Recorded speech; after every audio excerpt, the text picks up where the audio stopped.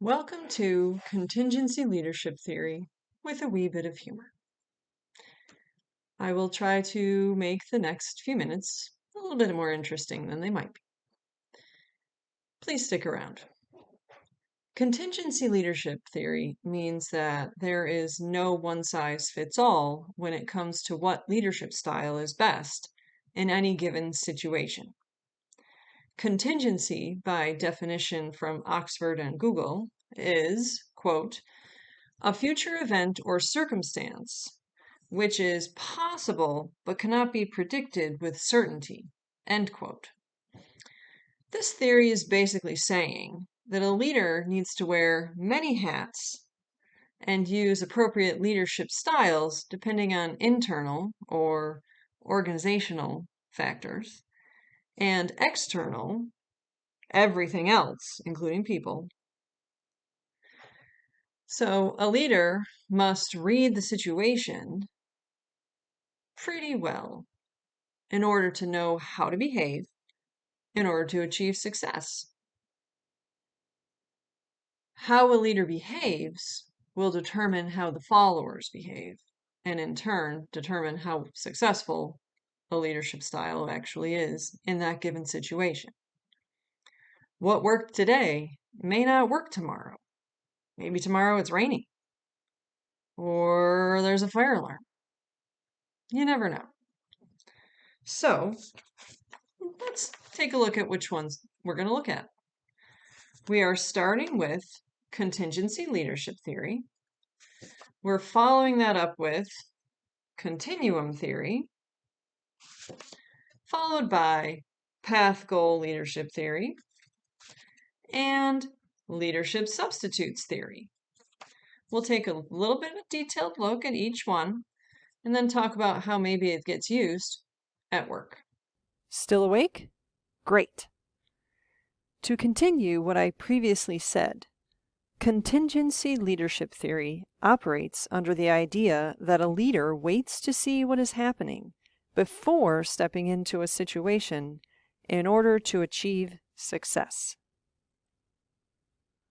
It is the umbrella under which continuum theory, path goal leadership theory, and leadership substitutes theory exist.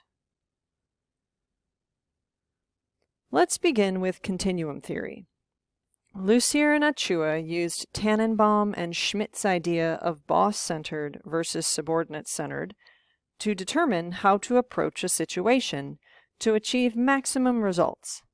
They posited there are 3 variables one must consider before deciding on which of the 7 leadership styles to employ. How the followers react to the leader affects the outcome of the situation. A leader can make all the decisions, or depending on the varying situations, the leader can give control to the followers. One major factor is time. If time is short, it may stay leader-driven and less participative. From continuum, we move to path goal leadership theory. Similar to continuum, leadership style is determined by the situation. Robert House, according to Lussier and Achua, stressed the behavior of a leader directly impacts the success of the followers. In this theory, 4 leadership styles are explored. Directive, where the leader structures it with really little or no input from the followers. Supportive, which is less autocratic, but the followers have to buy in, and they don't need a lot of oversight. There's participative. The followers help make the decisions. They want to be involved. They're ambitious, and they take initiative. And we have achievement-oriented. The leader can set a difficult goal, has some oversight, and the followers buy in, but the leader also gives a lot of support and direction.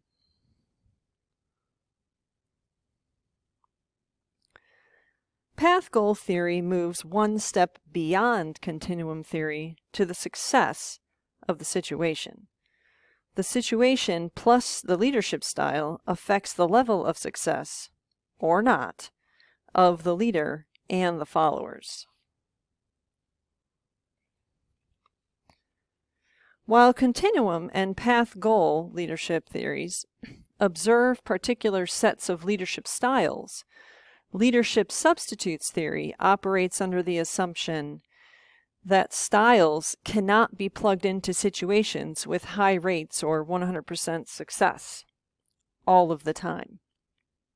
There are outside factors, great and small, such as humans and all of their impulsiveness, a global pandemic like COVID-19, and natural disasters that cannot be predetermined. Leadership Style 2.7 may not work the way it worked before. There are always contingency factors, such as can the situation be completed on time and under or at budget? Does the technology meet the needs of the situation? These are some known unknowns. Leadership style becomes an afterthought when followers have everything needed, the situation is routine, and the organization is set up for flexibility. In this theory, a substitute is a strategy not already in place that is used to complete a task and achieve success. If you stuck with me this far, maybe you're willing to stick around a tad longer. Which one of these theories can I implement into my organization? I am choosing Path Goal leadership theory. In every school year, we move through all 4 leadership styles. In my classroom, every unit moves through the 4 styles almost like phases of the moon. Introducing a topic is a directive, very teacher-centered, but I support their learning with various activities and practice. The students participate and work as a team to take ownership of the material. We achieve success of the material together by proving success on different assessments and activities. If I use curriculum as our goal, the school year is the path to meet and achieve the goal. Working backward, we look at yearly academic goals, determine the quarterly benchmarks, subsequent the monthly and weekly and daily goals. This version of Path Goal has regular checkpoints that aid in our achievement and success. The goals can be difficult, but through grit and perseverance, success can happen. It's not perfect, but it works. I hope you're still awake and you enjoyed this video. Information used in this video was pulled from the book Leadership, Theory, Application, and Skill Development by Lucier and Achua. Thank you for watching.